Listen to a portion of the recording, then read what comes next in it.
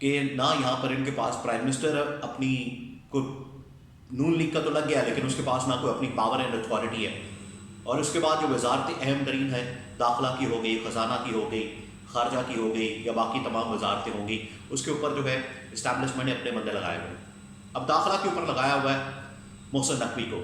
محسن نقوی جو کہ C M Punjab کے پہلے نگران حکومت میں، اس کے بعد ان کو اوپر لایا گیا اور اب سینیٹر بنانے کی تیاری ہے، تو ان کو فل فلیج منسٹر بنا دیا جائے گا. ابھی بھی ان کے پاس دو عہدے موجود ہیں، چیئرمین پی سی بی اور یہ جو اس وقت وزارت داخلہ ہے ان کے پاس موجود ہے. اس کے علاوہ جو وزیر خزانہ ہے محمد اورنگزیب، وہ بھی اسٹیبلشمنٹ کی طرف سے آئے ہیں. اس کے علاوہ جو وزارت خارجہ ہے، وزارت خارجہ کے اندر جلیل عباس جیلانی اسحاق ڈار کے اوپر بیٹھے ہیں. اسحاق ڈار کچھ بھی نہیں کر سکتے. اسحاق ڈار ویسے ہی فائنانس کے آدمی ہیں، وہ ڈپلومیسی کو نہیں سمجھتے. وہ جو فورن معاملات ہیں، فورن پالیسی کے معاملات ان کو نہیں سمجھتے، فورن ریلیشنز کو نہیں سمجھتے. وہ آ کے کیا کر لیں گے؟ زیادہ سے زیادہ کتنا تیر مار لیں گے؟ تو اس وجہ سے ان کو ایک قسم کا پورٹ فولیو تو بہت بڑا ہے، لیکن یہ اسحاق ڈار کو کھڈے لائن لگایا کہ آپ ادھر بیٹھیں. ابھی بھی وہ پریس کانفرنس کرتے ہیں تو اس کے اندر فورن پالیسی کی بات کم کرتے ہیں، فائنانس کی باتیں زیادہ کرتے ہیں. اس سے آپ ان کی ذہنی حالت کا اندازہ کر سکتے ہیں کہ ابھی تک فائنانس کے اندر ہی پھنسے ہوئے، اور ایک بندہ فائنانس کا، وہ فائنانس کی باتیں ہی کرے گا. اسٹیبلشمنٹ نے اپنے بندے وہاں پر لگائے ہوئے ہیں. پھڈا کا پڑا ہوا ہے، پھڈا یہ پڑا ہوا ہے. رانا ثناءاللہ نے اس بات کا انکشاف کیا ہے کہ پچھلے ایک مہینے کے دوران جب سے یہ حکومت آئی ہے اتنے زیادہ اختلافات اور اتنے زیادہ مسائل سامنے آئے ہیں، کیونکہ شہباز شریف کی جگہ کوئی اور ہوتا، شہباز شریف کی جگہ کوئی اور آدمی ہوتا، اور وہ شاید اشارہ کر رہے ہیں نواز شریف کی طرف کہ وہ حکومت ہی نہ چلا سکتا، وہ حکومت ہی نہ آگے بڑھا سکتا، اور حکومت ہی نہ چلتی. یا وہ بندہ ہی چلا جاتا، یا ریزائن کر جاتا، یا وہ رہتا ہی نہ، یا وہ حکومت جو ہے وہ چلتی نہ. یہ رانا ثناءاللہ نے بات کی ہے کہ پچھلے ایک دو ہفتوں کے دوران، پچھلے ایک ہفتے دو ہفتے کے دوران جو مسائل سامنے آئے ہیں، تو ہوا کیا ایسا، وہ ایک دو خبریں میں آپ کے ساتھ شیئر کر دیتا ہوں جو میں نے حالانکہ پچھلے کچھ ولاگس کے اندر شیئر کی ہیں، لیکن میں پھر سے آپ کو بتا دیتا ہوں. ایک تو یہ ہے کہ محسن نقوی اس وقت چاہتے ہیں کہ جو وزارت داخلہ تو ان کے پاس موجود ہے، وزیر داخلہ وہ ہے، وہ چاہتے ہیں کہ سیکرٹری داخلہ بھی ان کا ہو.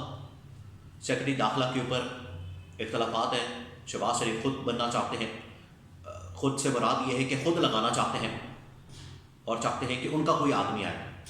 اسی طرح سے چیئرمین سی ڈی اے، کیونکہ جو وزیر داخلہ ہے اس کے جو انڈر ہے وہ سیکرٹری داخلہ، F I a, C D A اور پورے پاکستان کی جتنی اس وقت لا انفورسمنٹ ایجنسیز ہیں، پولیس وغیرہ اور ایف آئی اے وغیرہ، وہ براہ راست محسن نقوی یعنی کہ وزیر داخلہ کے انڈر آتی ہے. اب وہ چاہتے ہیں کہ سیکرٹری داخلہ بھی ان کی مرضی کا ہو، ایف آئی اے کا ڈی جی بھی ان کی مرضی کا ہو، سی ڈی اے کا چیئرمین بھی ان کی مرضی کا ہو. لیکن شہباز شریف اس کے اوپر تھوڑی سی انپچ کر رہے ہیں اور ریزسٹ کر رہے ہیں.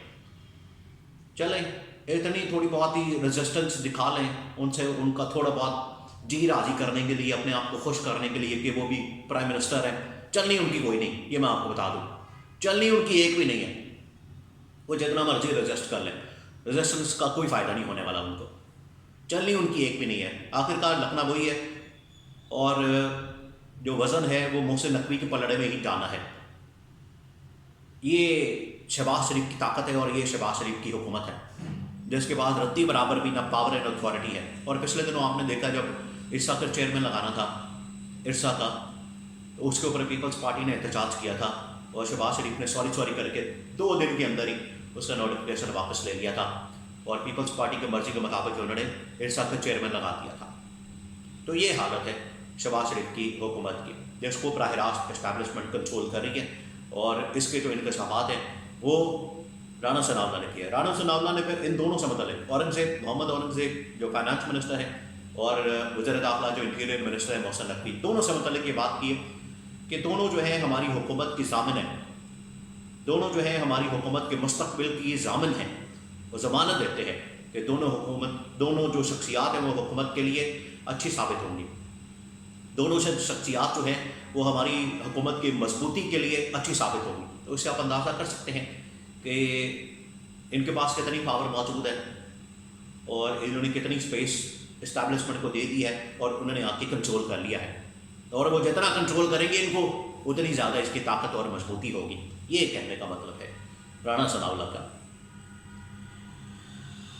تو یہ انہوں نے بتا دیا ہے، پوری قوم کو آگاہ کر دیا ہے، سمجھا دیا ہے کہ اس ملک کے اوپر جو نظام مسلط کیا گیا ہے، رائج کیا گیا ہے، وہ واقعی میں ہائیبریڈ نظام ہے. اور یہ ہائیبریڈ نظام 1+ نہیں ہے، ڈبل پلس نہیں ہے، یہ ہائیبریڈ نظام 3+ ہے.